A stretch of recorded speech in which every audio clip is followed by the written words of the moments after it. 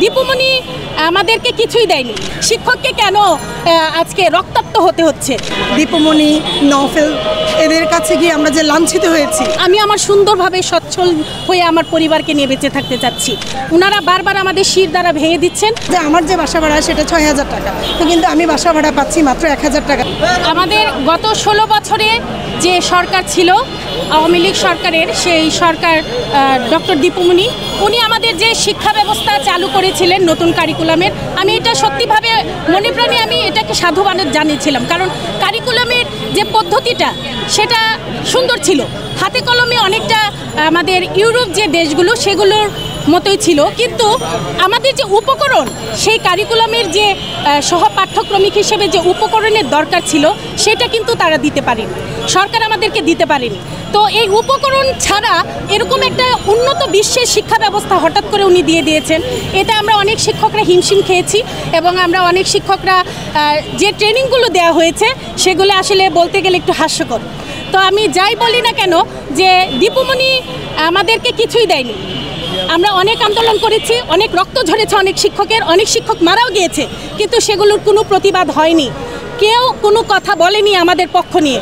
তো আমাদের মনে একটাই কষ্ট যে যাদের সন্তানকে মানুষ করে আজকে আমরা মন্ত্রী এমপি বানাচ্ছি, আমলা তৈরি করছি, তারাও কিন্তু এই প্রতিবাদ করেনি যে শিক্ষককে কেন রাস্তায় পেটাচ্ছেন, শিক্ষককে কেন আজকে রক্তাক্ত হতে হচ্ছে। তো তারপরে তো উনি এই দায়িত্ব দিয়ে দিলেন প্রতিমন্ত্রী নফেলের কাছে। তো উনি কিন্তু এসে আমাদেরকে অনেক ভালো ভালো কথা বলেছেন। আমরা আশার আলো দেখেছিলাম অন্ধকারে যে এই বুঝি আমাদের কপালে কিছু ভালো কিছু হবে, এই বুঝি শিক্ষকরা কিছু পাবে। তো আসলে পাওয়া বা দেওয়া সেটা বড় কথা না, আমি শুধু আমার সম্মানটুকু চাই। আমি চাচ্ছি না যে আমাকে এমন একটা লাক্সারিয়াস লাইফ দেন যে আমি গাড়ি চড়ে স্কুলে যাব, আমি তো সেই চাওয়া চাচ্ছি না। আমি আমার সুন্দরভাবে সচ্ছল হয়ে আমার পরিবারকে নিয়ে বেঁচে থাকতে চাচ্ছি এবং এই পেশাটাকে যেন সকলে একটা উৎসাহিত পেশা এবং মহান একটা পেশা হিসেবে নেয় এবং এই পেশার প্রতি যেন সকলে মনোযোগ আগ্রহ সৃষ্টি হয়, আমরা চাচ্ছি সেখান থেকে উত্তরণ হয়ে আসতে। তো আমাদের যে বিগত বছরের যে শিক্ষামন্ত্রী ছিলেন, প্রতিমন্ত্রী ছিলেন, তারা সকলেই শুধু আশ্বাসই দিয়ে গেছেন। এগুলো আমরা দুঃখ ভারাক্রান্ত মনে আজকে বলতে চাচ্ছি যে এই আশাটুকু নিয়ে আমরা আর বারবার উঠে দাঁড়াতে পারছি না। ওনারা বারবার আমাদের শির দ্বারা ভেঙে দিচ্ছেন।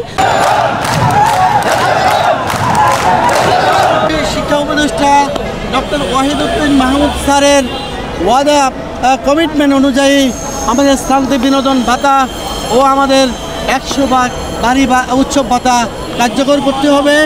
তাছাড়া আমাদের দীর্ঘদিনের প্রাণের শিক্ষকদের প্রাণের দাবি আমাদের সার্বজনীন বদলি বাস্তবায়ন করতে হবে। বিএডের কালো আইন বাতিল করতে হবে। সহকারী অধ্যাপকের পদ পুনরায় চালু করতে হবে। সহকারী শিক্ষক ও প্রধান শিক্ষকের মধ্যে বৈষম্য দূর করতে হবে। আমাদের সহকারী শিক্ষকদেরকে ট্রেনিংয়ের মাধ্যমে উচ্চতর গ্রেড দিতে হবে। বিএড কালো আইন বাতিল করতে হবে। আমাদেরকে ঝুঁকি ভাতা দিতে হবে। আমাদের সন্তানদের জন্য আমাদের প্রচলিত আইনের সুবিধাগুলি দিতে হবে। সারা দেশের সরকারি শিক্ষকরা যেই সুবিধা পাচ্ছে আমরা সেই সুবিধা আমরা চাই।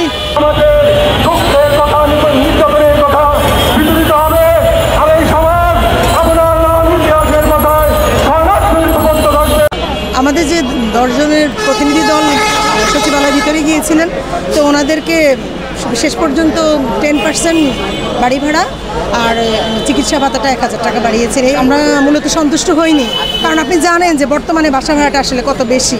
তো এটা যদি আমাদের 7 দিনের মধ্যে বাস্তবায়িত না হয় তাহলে আমরা আবার আন্দোলন করতে পারছি। যে আমার যে বাসা ভাড়া সেটা 6000 টাকা, তো কিন্তু আমি বাসা ভাড়া পাচ্ছি মাত্র 1000 টাকা, যেটা বিশাল বৈষম্য। এই বৈষম্যে শিকার হয়ে আমি আসলে শিক্ষক হিসেবে আমি আমার প্রতিষ্ঠানকে কত ভালো বা কতটুকু ভালো আমি আসলে দিতে পারবো।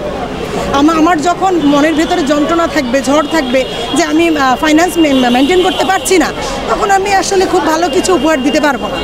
আর শিক্ষক যখন ভালো কিছু দিতে পারবে না, সেই প্রতিষ্ঠান থেকে ভালো স্টুডেন্টও আশা করা যাবে না। কোনো শিক্ষক যদি তার রিটায়ারমেন্টের পরে টাকাটা পেতে চান, তাকে নিম্নে 6 থেকে 7 বছর অপেক্ষা করতে হয়, যেটা খুবই দুঃখজনক। আর এই দুঃখজনক বিষয়টাকেই আমরা যাতে করে শিক্ষক তার রিটায়ারমেন্টের সাথে সাথে তার টাকাটা পেয়ে যান, এটা তার ন্যায্য অধিকার। এরপর আমাদের সাথে আরও একটি বড় বৈষম্য করা হয়, আমাদের 10% কর্তন করে রেখে দেওয়া হয়, যেটা আমাদের প্রতি খুবই জুলুম। এই জুলুমটা আমরা বন্ধের দাবি জানাই। দীপমণি, নওফেল এদের কাছে গিয়ে আমরা যে লাঞ্ছিত হয়েছি, আজকে আলহামদুলিল্লাহ বলবো, অবশ্যই শুকরিয়া আদায় করবো। আল্লাহ বলেছেন শুকরিয়া করলে আল্লাহ বাড়িয়ে দেন। হয়তো বা পার্সেন্টেজ আকারে কম, ইনশাআল্লাহ ধাপে ধাপে আমরা আগাবো, কিন্তু অবশ্যই আমরা পেয়েছি। এই 17 বছর পরে আমরা অল্প হলেও পেয়েছি আলহামদুলিল্লাহ।